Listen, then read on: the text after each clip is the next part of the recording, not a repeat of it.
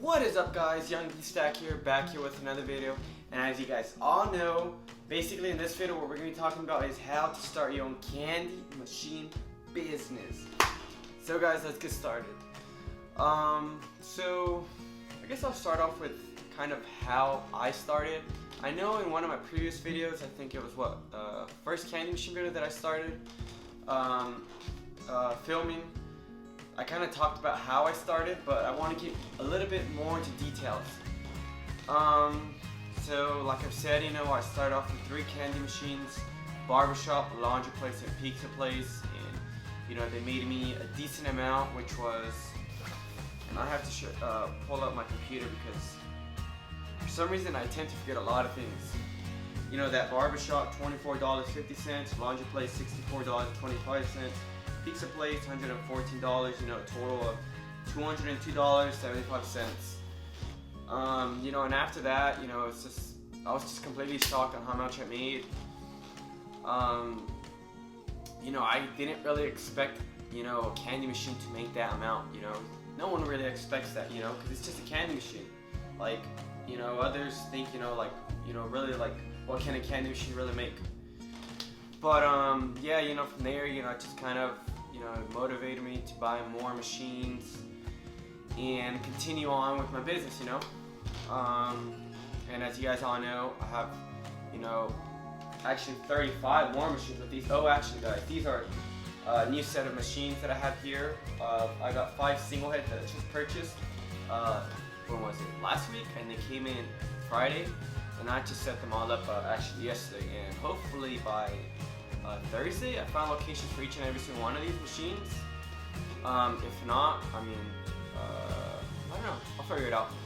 But yeah, so how to get started, how, for those that are interested in, starting up their own candy machine business, how can you guys all get started? So basically, guys, it's not as complicated as you guys think it is, All you gotta do is just, buy your first machine. That's how I started. So for you that don't know, you can buy your machines at candymachines.com. That's where I buy all my machines. I have bought used machines in the past, but no bueno, they're no good. And never again will I buy them used again. But yeah, just buy one machine and just check it out how the business runs. If you guys like it, then buy more and more machines.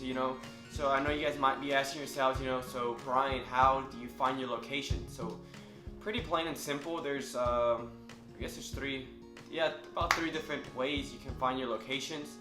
The first one would be, going out and finding your locations yourself. So basically going business to business, which is, I guess I wouldn't say as hard, but it is very time consuming because, don't expect each and every single business you go to tell you yes, that you're able to set your machine there, because half of the time, 1 out of 10, you'll get like one business that says yes, one place that says yes, if it's either a barbershop, a laundry place, or whatever, or a restaurant. But I guess, yeah, that's one of the ways you can find your locations. Another way is, cold calling. For those that don't know what cold calling is, basically you call businesses, and ask them if you're able to, place a candy machine inside of the restaurant. So basically, how I do it, because I've done cold callings in the past, and I've actually set 3 or 4 candy machines like that. So basically, I'll call a business, I'll search my business up on Google, and just call them up and kind of explain to them who I am. And yeah, I'll call them, let them know, hey, my name is Brian with CPV Vending, Candy Paradise Vending. Just let them know that I just started up a new business in the area, and I was going to see if they'd be interested in placing like some type of candy machine or gumball machine inside their restaurant or business or whatever, and I offer them 10% commission. I don't offer them more than that because, in the previous past, there has been business owners that do tell me, they want, 15 to 20% commission. But man, really, like, you just got to think about, how much can, one of these machines really make, man, they can make a decent amount, but it just really depends on the location. So, I tell them I cannot give them 15, 20%, 10% is my limit, and I suggest you all that are planning to start up this business to stick to 10%. And but yeah, I mean, that's another way you guys can do it as well. Cold calling. It's not as easy, but I mean, I guess you give that a shot if you don't have as much time. The third way is professional locators. And yes, there is professional locators out there that can find you locations for your machines. Vending locator for you. You're great, man. That guy is, if I'm not mistaken, he's found about I'd say 5 to 8 locations for my machines, and he's found me so far like really good location. You know, they're strictly all restaurants. That's what I prefer because that's where the most traffic is at. Yeah, I mean, that's the third way you guys you know, find your locations, but keep in mind, I mean, it is pretty pricey. If you don't have the money for it, then you're better off, you know, cold calling or either just going out to locations and find your own locations. But yeah, I mean, those are the 3 ways you can find your locations. So let's get into, you know, you're like having some type of insurance or LLC or license. So yes, you do need that. Well, actually no, I mean, it just really depends on which state you're at. So like me, in my state, I'm in Georgia. And yes, you do need a business license for this and an LLC. But I mean, for all you that are, you know, just barely starting up, I don't know, I mean, I personally wouldn't recommend you guys to, you know, jump into that if you guys only have 1 or 2 or 3 machines. You know, it's kind of not worth it, you know, getting your business license just for like two machines or 3, you know.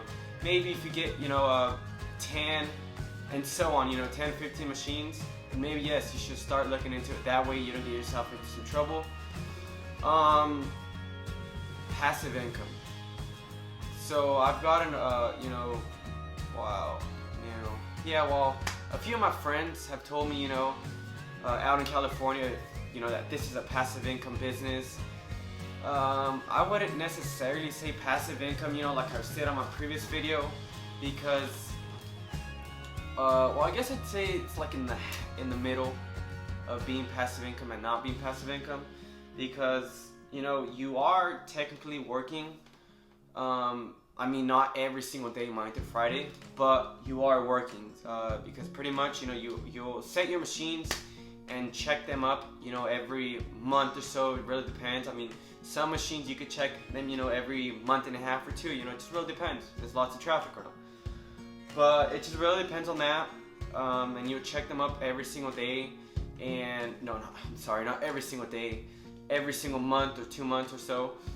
And you know, that day that you're going out to collect your money and refilling the machines, you are working. So it's kind of not passive income, but kind of is, because you know, you're really just checking up on your machines every month or so. So like I said, it's kind of in the middle. But I mean, honestly, man, guys, should say, for all you that are, you know, just trying to start up like a little side hustle or something, you know, create an extra income, you guys are, you know, I mean, your best bet is either these tiny machines or, you know, the bigger machines, should I say, you know, those vending machines, those soda machines, combo machines. You could jump into those, but keep in mind those are a lot harder to find locations for. That's why I personally stay away from the machines. But not only that, I mean, I don't really have as much time to go out, you know, and try finding locations for those bigger machines, you know. And it's just a lot harder to should I say, maintain, because, you know, say if something were to happen to those machines, I don't know, one of those slots mess up, or the card reader isn't working, or it's not accepting dollars, or I don't know. You know, from what I've heard, you know, it's really, you know, hard to fix that problem. You know, you probably more than likely have to, you know, hire a professional that works with, you know, those bigger machines, those vending machines, and to fix those machines. And I'm more than sure, you know, they're pretty pricey. But you know, like for these, for example, you know, if something goes bad, you know, I don't know, a kid throws any or a dime, you know, what these mechanisms here, basically, if you throw in a penny or a quarter, or not a quarter, but a dime, But basically, it wouldn't jam it up, but it would just kind of like, I don't know, should I say like eat it up? I don't know. Basically, like it would go down directly, like it wouldn't get jammed. That's the really cool part about it. And I mean, have gotten in the past, you know, I've gotten a few problems actually in the past with these machines. The only problem I've really had was that the M&Ms, no, not these are gumballs, but on my triple heads, the M&Ms, for some reason, whenever the heat hits them, they like tend to get all like crusty and they turn into powder. It's really weird and it really irritates me because it's a hassle changing those out, because you don't want to give, you know, your customers, you know, some, you know, when they enter a quarter and powder comes out, you know, you can't really keep your customers out. But yeah, I mean, like I've said, for those that are looking into starting up their own candy machine business, I urge you all to just give it a shot. If it doesn't turn out as good, then plain and simple, just, I don't know, just resell your machines, you know, on eBay or LetGo or OfferUp. I'm sure, you know, you'll find someone interested that's, you know, that wants to buy your machine. But yeah, guys, I guess that's really about it for now. If you guys have any other questions, feel free to either email me or leave a comment. And yeah, for those that like the video, hit that like button and subscribe. Deuces, guys.